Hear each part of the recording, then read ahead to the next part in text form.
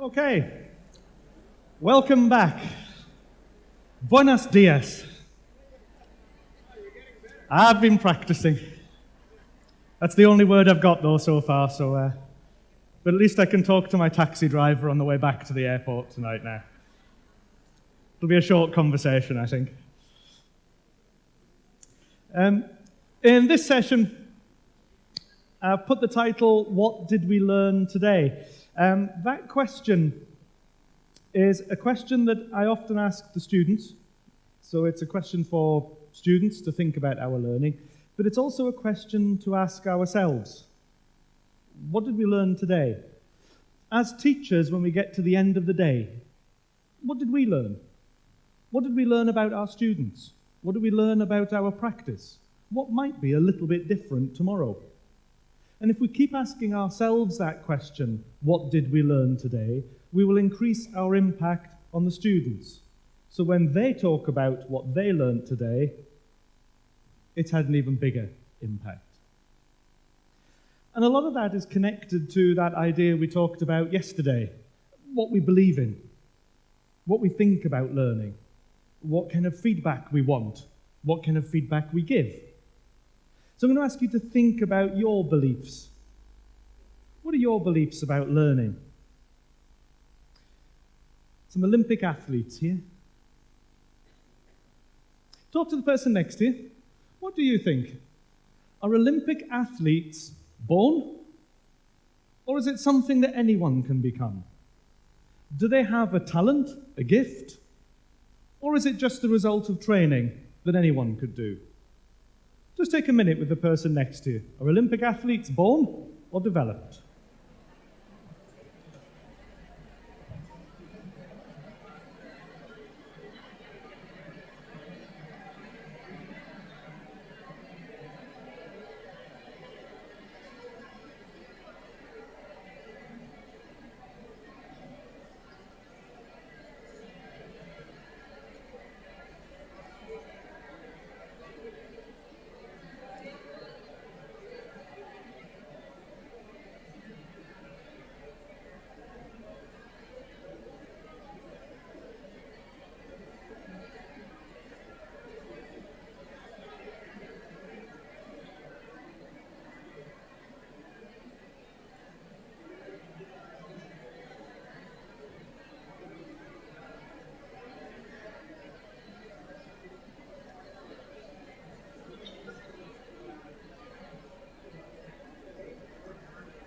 Just a few seconds left.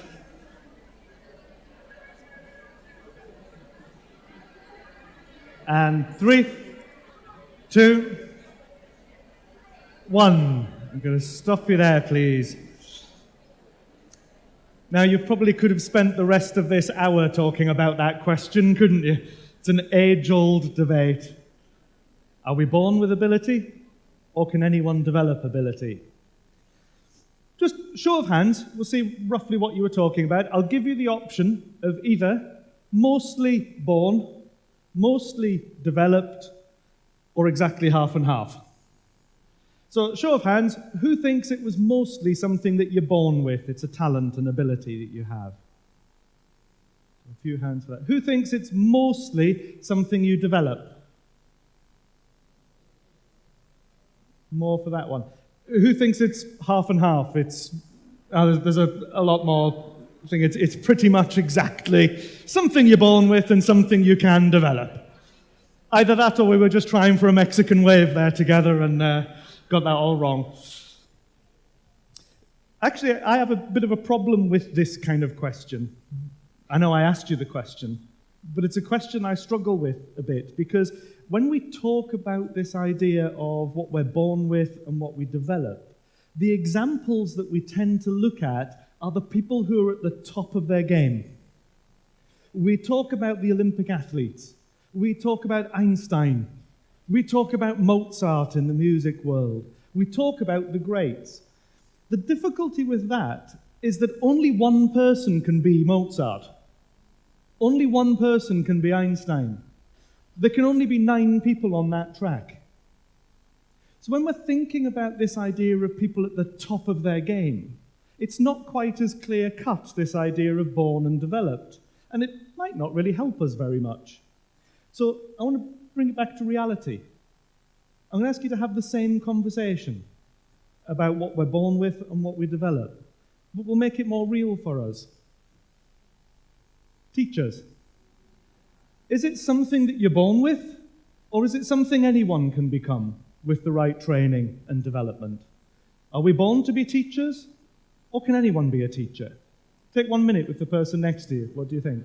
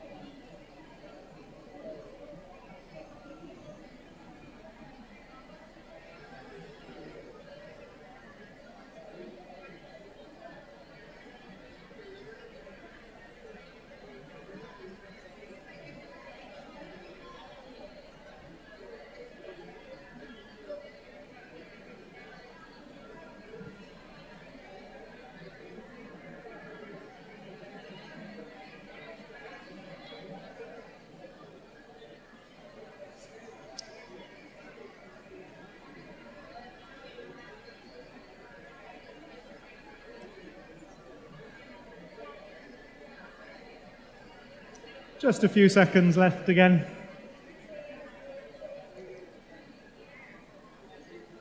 And 3, 2, 1. If I can interrupt you again, please. It's quite interesting, isn't it, when you change from the athletes, the people at the top of their game, to us. It's a slightly different conversation, isn't it? Of course, when it comes to teaching, only we can do it because we're geniuses and talented. No. But when we think about this idea of what you're born with and what you develop, it affects the kind of feedback that you give and that you want to receive. So if I go into teaching thinking, I'm a born teacher, I'm a natural, I am gifted as a teacher, then I don't want any feedback from anybody else, because that feedback is criticism about my practice, because I am brilliant. But if I go into teaching thinking, actually, I've got a lot to learn.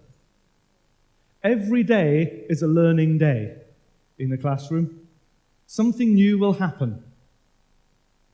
And if I want to learn from that, I need to be open to feedback. So if I believe that 20 years into my career I can still learn, then I welcome feedback. I welcome mistakes. I invite people to come into my classroom and give me feedback. And when we think about our children, when we think about the students that we teach, perhaps we need to keep it in mind what we believe about this. Not the Olympic athletes, because not every child can be an Olympic athlete. Not every child can be in the very top of their field. But every child can get better. And they can get better at everything. We have to believe in them. And we have to give them the feedback to help them keep developing. Carol Dweck, and we've heard her name a couple of times during the conference, talks about mindset, what we believe about our learning and what we can do, our potential, how we can realize our potential. And for a lot of students, that potential might not be to be at the top of the game. It's not to be the best, but to get better, to have the best life possible for them. And to do that, she talks about the difference between a fixed and a growth mindset. In a fixed mindset, we believe that we have an innate ability. It's already there. It's fixed. So to make sure that I keep that label, I avoid challenges, I don't want to make mistakes, I don't want feedback because I'm already this good and I'll stay this good. In a growth mindset, we want to push the boundaries. So I look for feedback. Challenges are good, because if I'm struggling with something, it means I'm learning. Carol Dweck also talks about the importance of not thinking that a fixed mindset is bad, because it isn't. You need both. You have to have a fixed and a growth mindset, and you move between them. You can have a fixed mindset and a growth mindset about the same thing. You can have a fixed and growth mindset in different situations. I'll announce very grandly that I play the guitar. Actually, if you heard me, you probably wouldn't agree with me about that. But I try to play the guitar a little bit.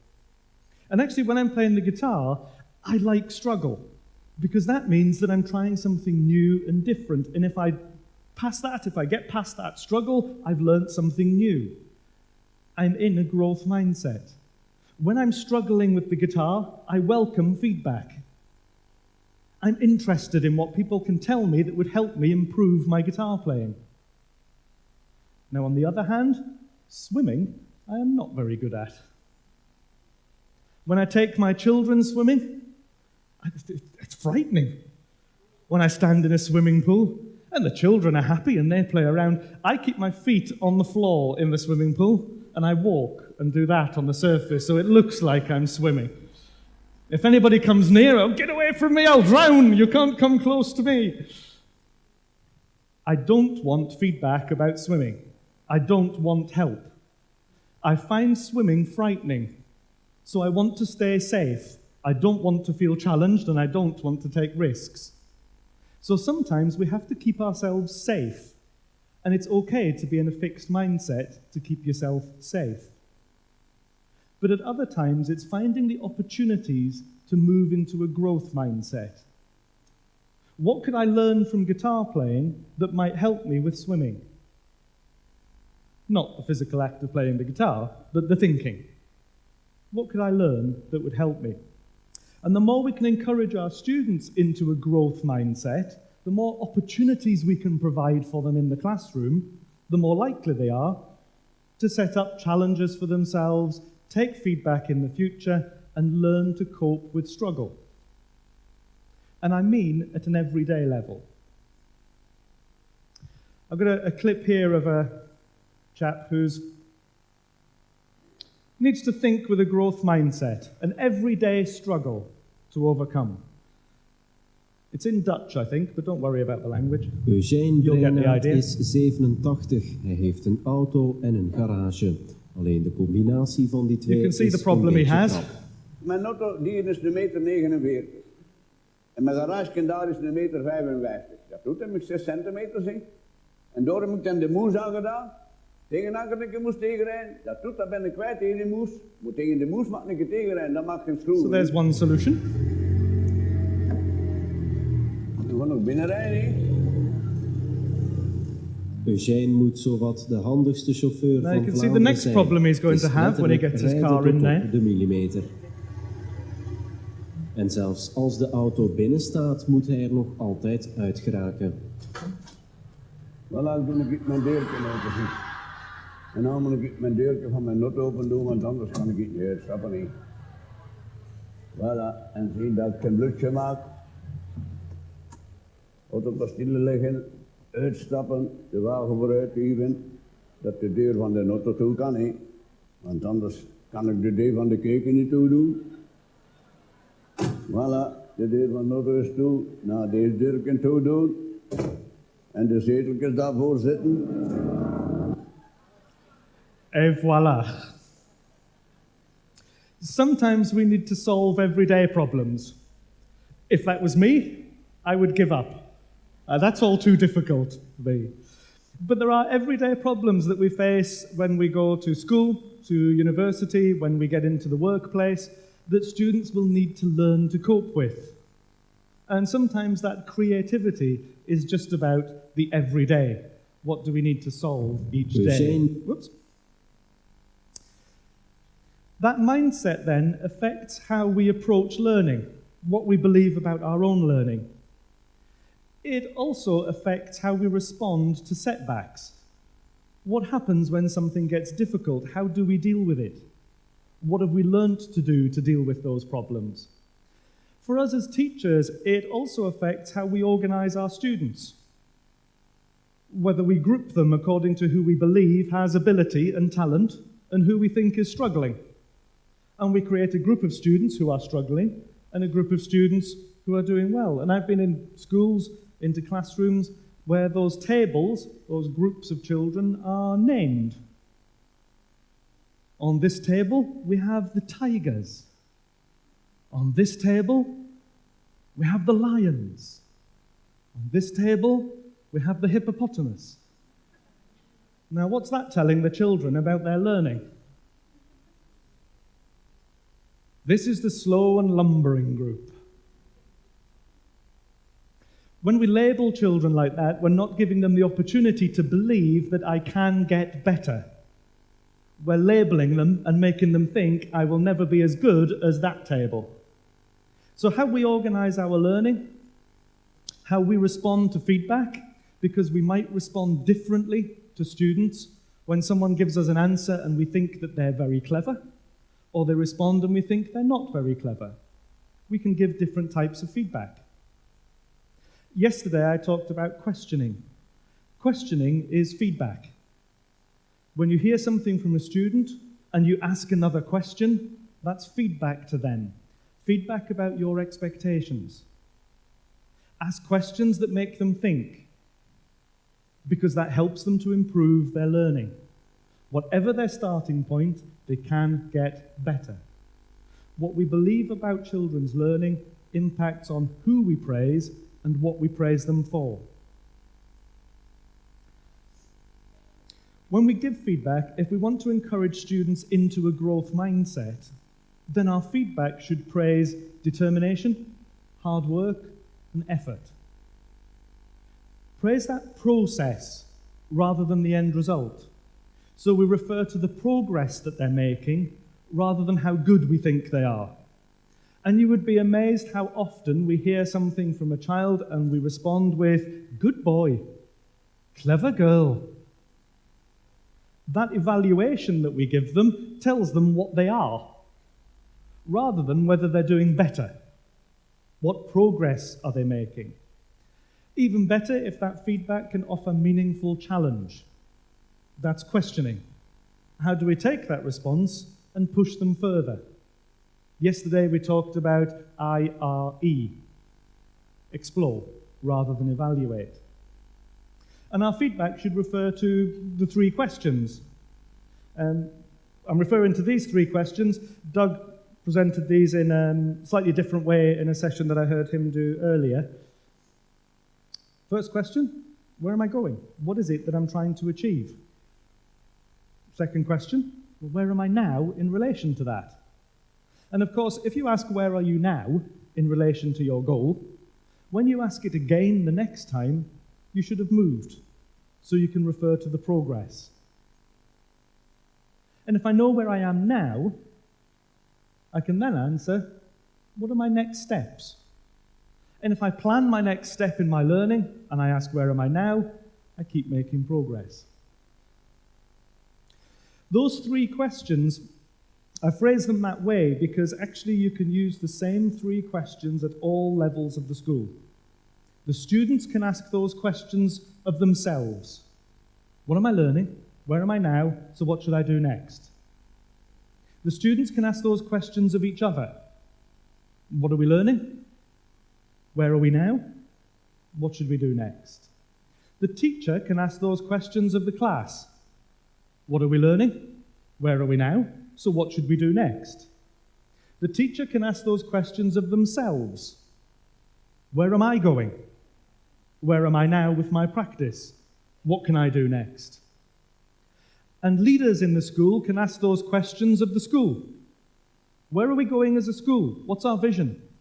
Where are we now in relation to that vision? So what should we do next as a school?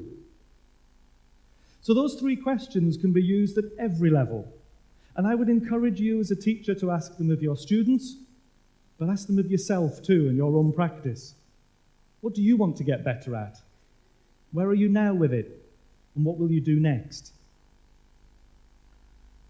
This is a picture that my 5-year-old drew. He's now 14.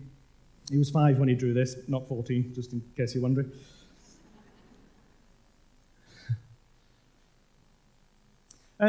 This was a picture that he drew. He disappeared off at sort of 5 years old. He'd gone off. I was sitting working, doing something on my computer in the office room. He'd gone off into another room. And when it goes very quiet, and it's quiet for about 20 minutes, and then you start to worry, why has it gone quiet? What's he got up to now? But after about 20 minutes, he came in with this picture, and he handed it to me. Big smile on his face. And in the way that all dads shouldn't do, I said, "That's great, son. What is it?" And he said, "It's you and me fishing." Oh, great. I've never been fishing in my life, but apparently this is me and him fishing on our boat. So I said, "Ben, that's brilliant. What a great artist you are. I love it. I'm going to put it up on my wall above my desk." So I stuck it up on the wall above my desk. And he went off all pleased with himself. And it went quiet for about 5 minutes. And he came back in 5 minutes later, and he handed me this. Now, what's he expecting me to do? He wants the same. "Wow, Ben, what a great artist you are. This is fantastic. I love it. I'll stick it on the wall." It's not as good as the first one. So what do I say? I couldn't say, "Oh, Ben, the first one was much better. That's crap." I can't do that. Even I know that. So perhaps the feedback I gave him the first time when he handed me this one wasn't the right kind of feedback to encourage a growth mindset. I gave him fixed mindset feedback. I said, "This is great. What a great artist you are. I love it because of the great artist you are. I'm going to put it on the wall as a finished piece, as a symbol of how wonderful you are." And so he thinks that every time he does a picture, that's the response he gets. If I can't give that same response, he will feel like failure. And that would be a good way to damage his art. I was about to say art career, but I'm not sure he's going that way. So perhaps instead, when he brought me the first picture, I should have praised his determination, hard work, and effort. Perhaps I would have been better to say, "Wow, Ben, I love this. I love it because you've spent 20 minutes working on this for me. You've put a lot of effort in, and that's why I really like it." I could refer to progress rather than ability. Not what a great artist you are, how much better you're getting at art. Look at all the colours you've used. You're getting better and better. This is even better than the last one you did because you spent all that time on it. I could offer meaningful challenge. What about your brother? Has he fallen off the boat, or should we put him in? Oh, go and add your brother into the boat. That could make it even better.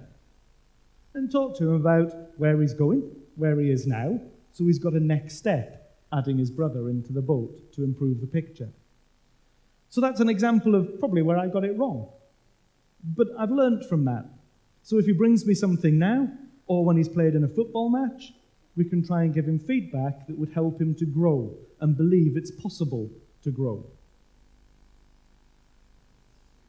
And if we think about our culture in the classroom, sometimes what we forget is that actually every interaction with a student is feedback. Every time we communicate with a child, it's feedback to them. It's feedback about our expectations. It's feedback about what we think of them and what we think they are capable of next. So when we're thinking about feedback, think about everything you do with the child. We talked about questioning yesterday. Questioning is feedback. It's feedback about your expectations and what you think that they're capable of. When a child is talking, give them time and listen. Many students, in fact, I can't remember the exact number, but it's something like, in a piece of research that Durham University did in the UK, that the average 15-year-old is listened to by an adult for less than 1 minute per day. Less than 1 minute. Very little feedback. So actually giving children time and space to be listened to get that kind of feedback where we interact with them, is a crucial part of that feedback cycle. Apparently, I'm no neuroscientist on this one, but I am told, David can correct me here, but I'm told that being listened to releases the same chemical in the brain as eating a bar of chocolate.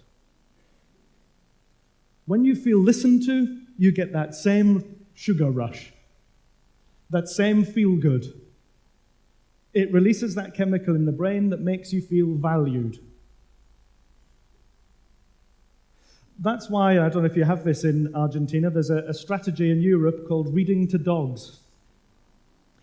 So when adults don't have time to listen to their children read, we encourage children to read to their dog.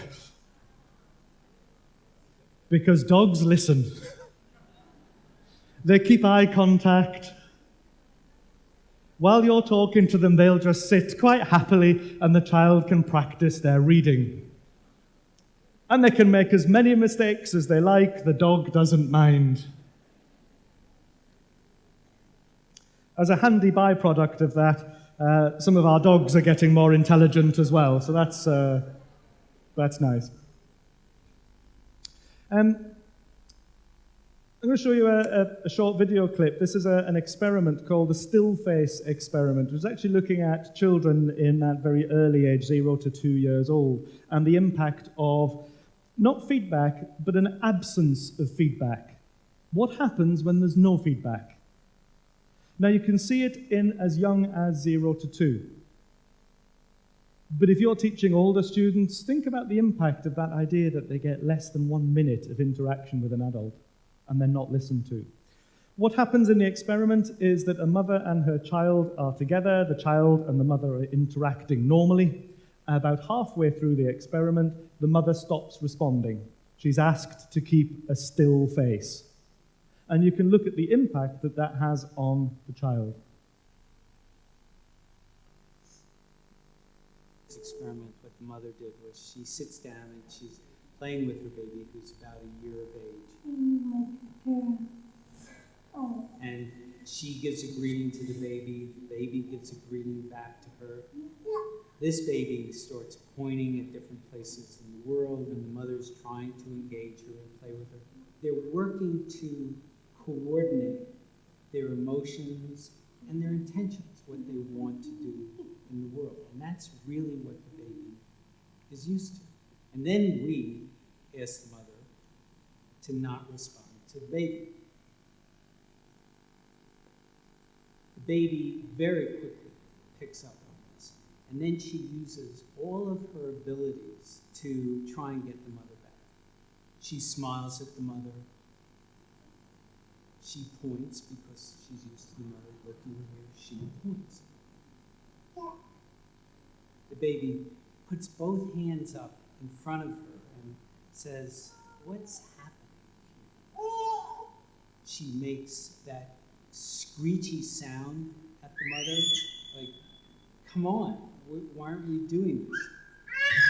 Even in this 2 minutes, when they don't get the normal reaction, they react with negative emotions, they turn away, they feel the stress of it, they actually may lose control of their posture because of the stress that they're experiencing.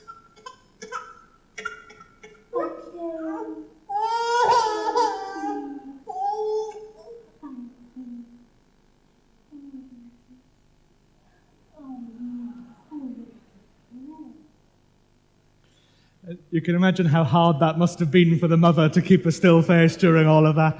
Even I want to step in and think, "Oh, you poor thing." But you can see the impact of not getting any feedback. And of course, as children get older, the behaviors are different, but they still act out that lack of feedback, the no response. And for a lot of children, that can be a reality. But what I really like in that is how quickly the mother can turn around the feedback relationship again. It was almost instant, wasn't it? And it's not too late, even with older students either. We can start that feedback cycle, that feedback relationship immediately, and they will respond immediately. I'm just going to give you 30 seconds to talk to the person next to you about that clip. What did you notice in there, and how might that help you thinking about the students that you work with every day? Just take 30 seconds with the person next to you to reflect on what you saw.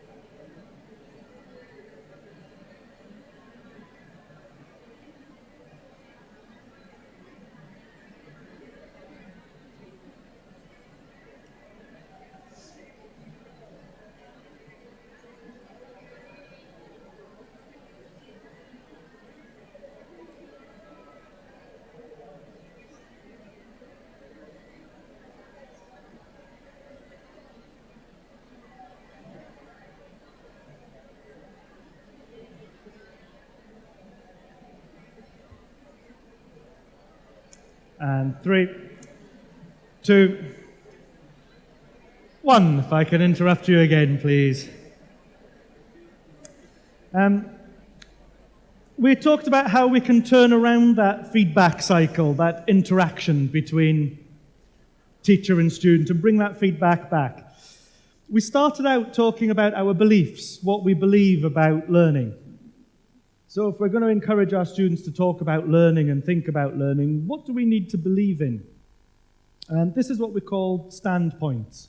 The mental framework, the mental models to hold in your head when you're interacting with students. These are a few of the ones that I try and keep in my head. That every time I interact with a student, I want to believe that I am interested in you. I am interested in your idea. I am interested in what you have to say. I hold in my head in that interaction that I am curious. I want to know more about your thinking. I respect your ideas.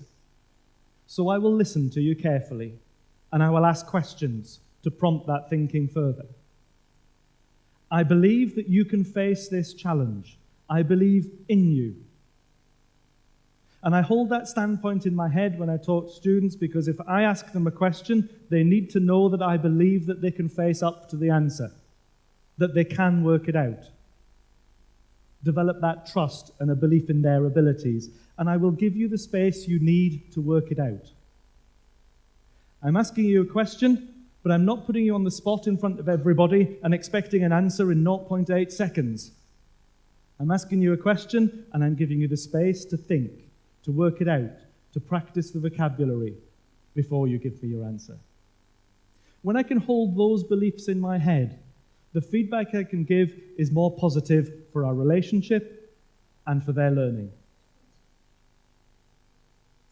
These are a few strategies that different schools that I've been working with have used to share a language and a space to reflect on learning, so to get that feedback going and to build the language in. This one's Learning Detectives. It's quite simple. It was being used with a group of kindergarten students, age 5 and 6. And the idea with a learning detective is that one student in a collaborative task takes the role of detective, and the detective gets to wear a hat. It's not really a detective hat, that one, so much. It's quite an aggressive detective. But it works. The learning detective is looking out for evidence of learning going on in the group task. So, for example, they might be looking out for children who are listening, taking turns. They might be looking out for concentrating, sharing. They might be looking out for those who are practicing, trying, and trying again. And the learning detective just notes down when they see examples. So here's one of their sheets. You can see that the child just writes the name in, but there's some adult text there where the adult has added some notes. And it was interesting listening to Doug in the last session talking about accountability in group work. One of the things that this is doing is creating accountability. If you set children off working on a group task and you say, while you're working in your group task, you have to take turns. The children will go, yeah, yes, we will. Then they get to their group and they forget all about it. What the learning detective does is ensure that taking turns is at the top of their priority list as a group. Oh, the detective's watching. We have to make sure we take turns. It's your turn now. And it keeps that language shared so that there's accountability in the group for actions, even at such a young age. And what that does as a teacher is it ensures that if I'm teaching the students how to take turns, that it keeps the focus of that learning at the front of the activity. So they know that taking turns is the key. The one I like on that one is underneath the talk. Who's talking? Miss Straker is talking. There we are. The teacher always gets into the talk box. This is a different strategy, slightly older children, called the Learning Wall, and it just asks, so what kind of learning have we been doing today? And the idea is that each brick in the wall has a skill or an attitude written on it. So you can ask, what did you need to do the most today? What did you find difficult today? What did you do first, second, third? Any questions like that. And on the wall, or on the screen, the children have bricks to choose from. And they can say, oh, I gave reasons today. Can you think of an example of when? When? And it opens up a forum to talk about learning, giving children space to develop that language to talk about their learning. And those bricks have attitudes and skills across. You remember yesterday we talked about the difficulty of getting that language in? The language of attitudes and skills. This one is to encourage students to use those thinking skills to help them compose written assignments. The thinking ladder takes you through steps in the assignment. Have I named the item? Can I describe it? Explain how it works? Connect it to something else? Analyze it, evaluate, and perhaps even be creative at the end by offering an opinion. The thinking ladder allows children to double-check their own work, but also to go up in pairs with each other's work and say, oh, well, I think you've described really well, but to explain it, maybe you need to... And then they're answering those 3 questions with each other. Where are we going? Where am I now? And what's my next step? This one, it's kind of like CSI Gingerbread Man. Somebody killed the gingerbread man and we drew his outline on the floor to see where he died. This was a school who decided to try and make a vision for a great learner. And they had huge pieces of paper laid out on the floor with the outline of a student on. That's who that is. And on that outline of the student, the teachers all wrote on what makes a great learner. All the attitudes and skills you need. So they had a shared language. The students were also given big pictures of a student. And the students wrote on what they think makes a great learner. And it gave a shared language for the school to talk about learning. So have we been doing this? What opportunity did you have for this one? And they put those up in the entrance hall of the school so you could walk in and see, this is what we believe makes a great learner. Taking that a bit further, this was a college that 16 to 19-year-olds, and they were teaching science. And they were looking at that idea of the ask model and asked, what are the attitudes and skills that you need to become a successful physicist? If you're going to work in physics and in science, what attitudes and skills do you need? Well, perhaps I need attitudes like curiosity. Perhaps I need to be have confidence. Perhaps I need to pay attention to details. But I need skills like asking the right questions, being able to research and analyze issues, problems, chemicals, whatever else. And then each semester, they took one of these themes and they worked on it. So they developed student questioning. They developed their research skills. And when I went to visit the school, they'd done the questioning one and they were looking at where they would go next for the semester. And one of the students asked, is it possible to teach curiosity? Can we learn to be more curious? Now, if we go right back to that question we started with, is curiosity something you're born with, or is it something you can learn? I'm going to give you 30 seconds to answer that student's question. Is curiosity something you're born with, or is it something you can learn? Talk to the person next to you. What do you think?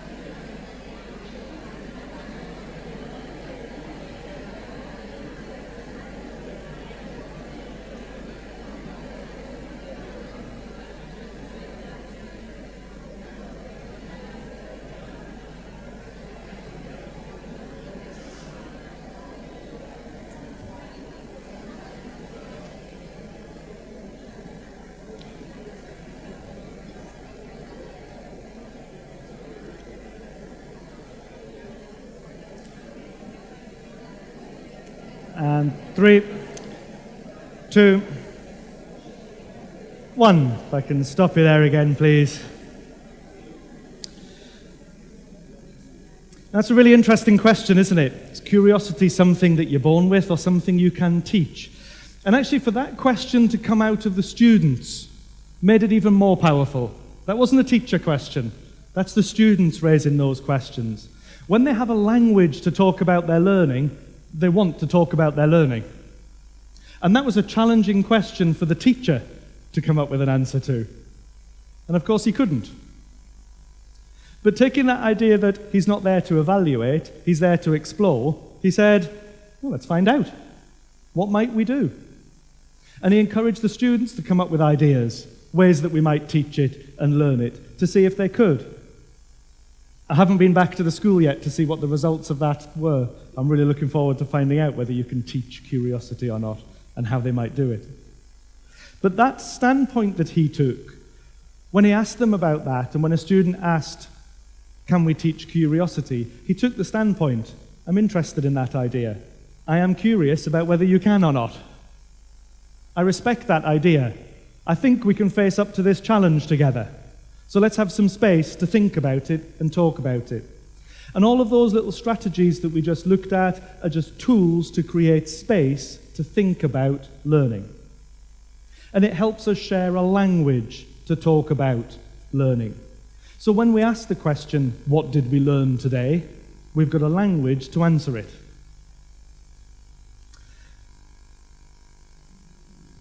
You remember this from yesterday? Back to story time again.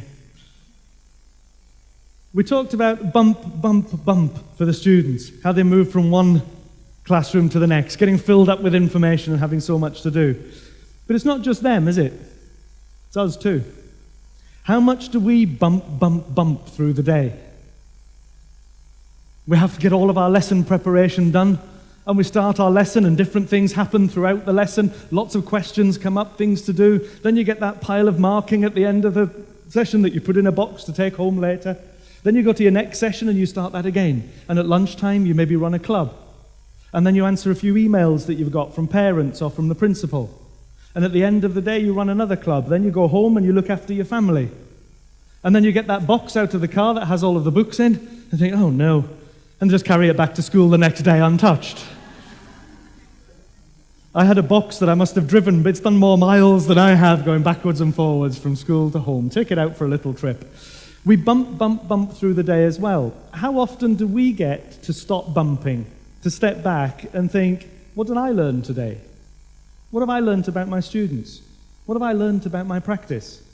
What worked today? What could I do differently tomorrow? Coming to a conference like this one is a great opportunity to stop bumping. You get that time to reflect. And I'm just going to share a strategy that I use with students. We can do it for you. Give you a chance to stop bumping and to think for a moment. We'll do a little strategy. It's just called a 3-5-1. And I'm just going to ask you to think back over the last day and a half of the conference. And I'm going to give you a bit of quiet time on your own. So unusually, we're not think, pair, sharing here. I'm going to ask you to think on your own. And just ask you to write down on a piece of paper, onto your phone, write down 3 things that you've learnt during this conference. What are the 3 things that stick in your mind from the conference? Write them down. Put them on a piece of paper, put them into your phone. I'll give you about 1.5 minutes, 2 minutes to write down 3 things you've learnt in this conference. 1.5 minutes of quiet time.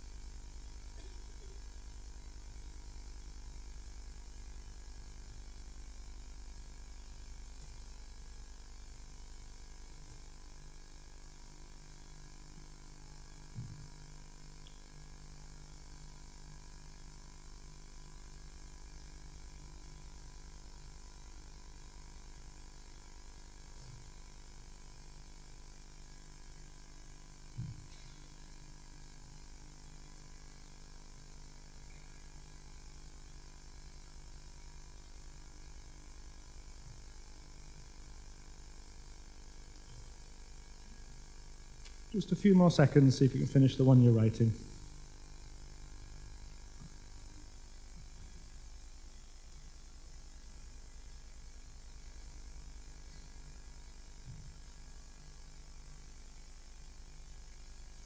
Okay, I'm going to pause you there. Don't worry if you've not got all three or you've not quite finished writing them or they're just in short no time. That's fine. That's giving you the space to think, to stop bumping for a moment and look back at everything you have learned. But I'm going to ask you now just to take those 3 learning points and I'm going to ask you to share them with somebody else. Share your 3 learning points with each other. Talk about why they're important to you. And at the end of that conversation, I'm going to ask you to increase your list from 3 to 5 based on the conversation. So you'll end up with 5 learning points in your own list. I'm going to give you 3 minutes to talk to the person next to you and share your learning points with each other and increase your list to 5.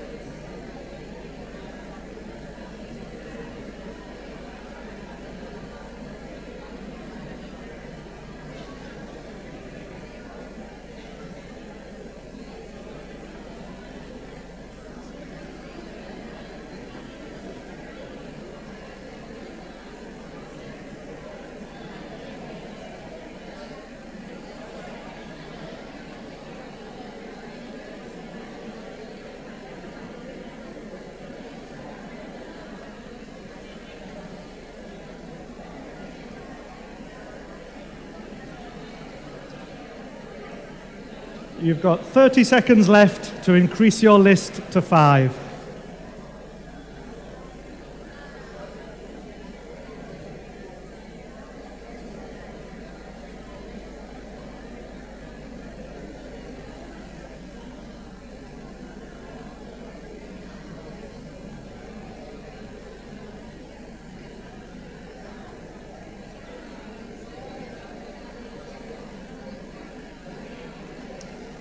Just a few seconds left.